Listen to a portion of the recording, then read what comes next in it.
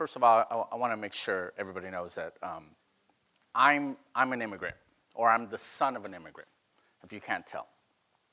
And today's climate and you know, the rhetoric that's going on makes immigrants' lives obviously tough. Blockchain, decentralization gives us the ability to actually give back to a community that needs it. And the slide you see right now, you know, really talks about, you know, $6 trillion in value. And what we're talking about is the Latin corridor, the Latin market, because obviously I'm Latin. And one of the things that we did a couple of years ago, about 3.5 years ago, is we started a business in the merchant service space, and we noticed that the majority of our business was coming from minority-owned businesses. We actually went from 0 to $60 million in revenue in a matter of 9 months because of this demographic. So when we started building out Uulala and started conceptualizing Uulala, we really did it because of a need that happens. And I want to get to that so you guys can really understand what's going on. You know, we're going to talk about the need, we're going to talk about the technology, the business, and whatnot. But let's really talk about what we're doing here. We're really connecting people to the formal economy. What do I mean about that? Well, previous speaker made you stand up, and I love that because I love crowd interactions. How many of you guys have a Visa or a MasterCard in your wallet right now? Right? How many of you guys checked into the hotel with a physical Visa or MasterCard? Did you guys do that? How many of you guys checked into the hotel with no Visa or MasterCard? One. What did you use? Right? Well, okay, American Express. Okay, you guys got me there. Don't leave home without it. Got it. Okay, you got me. But let me just walk off a stage, right? So you're right, but we needed some kind of credit card, right? Some kind of physical credit card. And when we're talking about the underbanked, when we're talking about, you know, the cash-based consumer, they don't have that. And let me specifically talk about Maria. Maria is a family member of mine. We changed the face so she wouldn't get, you know, obviously ashamed here. But Maria is a family member of mine, and she works hard at a restaurant. She tries to get as many hours as possible, but she doesn't have a bank account. She doesn't have a Visa MasterCard. So some of the things that we do that we take for granted, walking into a hotel and checking into a hotel without a Visa MasterCard or American Express or a Discovery card, without some kind of physical card, she cannot do. She actually has to have other people buy things for her online. She has to do things that we take for granted by someone else helping her who is banked. Why? Because Maria makes less than $1,000 a month. And Maria, because she makes less than $1,000 a month, she can't afford a bank account, right? She might have the proper ID, she might have proper, you know, she may or may not, but if she does, a bank account costs $29 a month, which doesn't mean much to us, maybe, but it means a lot to Maria and her child, right? Because I was a child of a Maria. And I used to remember going with my mom, cashing her $500 check, and having someone charge her $5 to do that. And that took away from our milk and our bread. I remember walking, you know, with my mom and making sure that, you know, we were able to pay our bills, and we stood in line to pay our bills. And they charged her to do that. They charged her for almost everything. She's feed to death. And the difference was that was money that could have went for food. So we built a product for the Marias of the world, for the Juans of the world, for the Latin market, because we need it. And how big is this market? Over 600 million people between here and Brazil. But what people don't realize is 70% of them are mobile friendly. They don't have bank accounts, but they have mobile phones. So that is the mobile banking scenario. 55% of the US Latinos are underbanked. 70% in Mexico are underbanked, cash-based consumers. And the problem is this, guys, or one other statistic, I love this. $2 trillion is what the Latin culture controls here in the United States alone. Yet we're being disrespected like crazy. And what I say about that is let's find a tool. Let's create a tool for businesses to pay out Maria, for users to have an app with a physical card so they can actually do financial banking, and a marketplace. And let me explain our solutions here. We have all the traditional rails where people can load money into this wallet.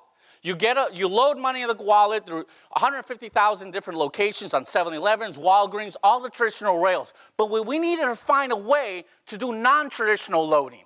And the non-traditional loading is if Maria wants to load money, she can find what we call a power user on our system, someone who's a trusted advisor, a community leader, real estate agents, right? Notary, people and whatnot, people that they respect. Because Maria doesn't want to be disrespected at a bank. You stand in line, you give them money, they ask you for a fee, and they disrespect you anyway. Why give them your money? So what we established is a non-traditional loading method. We're using a smart contract where we document this transaction happened, so later we can show that Maria wanted to load some money, the system found her someone, that individual then buys our token, sells it to Maria, and then we buy back the tokens from Maria and give her fiat dollars. Now she has dollars into her Visa MasterCard system, and we can turn every user into a walking, talking bank. That was the first thing we had to do. Second, we had to give them more for doing more, right? To give them something for doing more. If Maria does remittance, we use all the traditional analog rails. We have licenses on the money service business license in all 50 states through our partnerships. And we can actually give Maria the ability to send money to anywhere she wants in Mexico, Latin America, for lower fees than anything else. If we can use crypto in those countries, we will. If not, there's analog systems where we look for the lowest fees and we go from there. By her doing that and her sending money, paying her bills, we actually give her cash back. So we record that she's actually doing all those things. And why? Because we track all those transactions and actually build a microcredit ledger of all her transactions. What we had to do is we had to figure out credit with the transactions that are happening into the system. So we track that based on certain factors, how much money she actually loads, how much money she actually spends, how many bills that they're actually paying for, and whatnot, and then we use social triggers. But just for speed of explanation, we created the first ever microcredit marketplace where businesses can loan Maria $5. She can accept that loan. She'll be routed to the business where she can buy milk and bread on credit, but because she pays her bills and she's loading money into the system, we collect for the business. In other words, we're helping her kickstart her credit. It's like in-store credit without the absorbent amount of fees that are being charged, right? Curacao, for instance, is a company that gives credit to Latinos, 1.3 million Latinos, but they charge you 6 times worth the item that you're trying to buy. So we established something that is a lot better than that. The marketplace here gives you digital products that actually give you a credit line, a $5, $10 credit line. You pay it back, then we actually give you access to microfinancing, microloans, because we track all those data points and whatnot. So we have this whole system established, but we needed to growth hack this. So we partnered up with thousands of multi-service locations, your insurance houses, your tax preparers, your immigration consultants. We actually have thousands of locations that actually deal with this demographic, 500 customers on average a month. So we have access to about 500,000 customers every month that they need this product. They need an insurance, for instance. If you pay cash, you pay $25 more than the person that pays with a Visa MasterCard. So because of that growth hacking opportunity, they can now sign up for our program and save that $25 a month because now they actually have a Visa MasterCard. Exactly. I see some of you guys' faces going, no way, yes way, right? Oh, that's not the right word to use.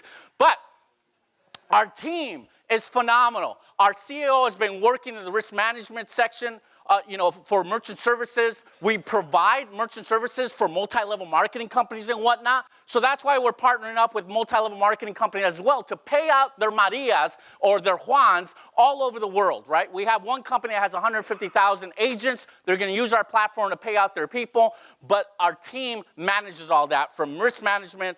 And I know I'm running out of time here, so I'm trying to speed up here. Bottom line, I got 20 seconds. Bottom line, here's the facts. The Latino market's worth $6 trillion if you take this number, 5% of 600 million. We make them credit worthy. You give them a home loan of $200,000, you have $6 trillion in new finances, money that's never been seen before. We provide these services for minorities, for dreamers, for Latinos, for Hispanics. for people. Thank you.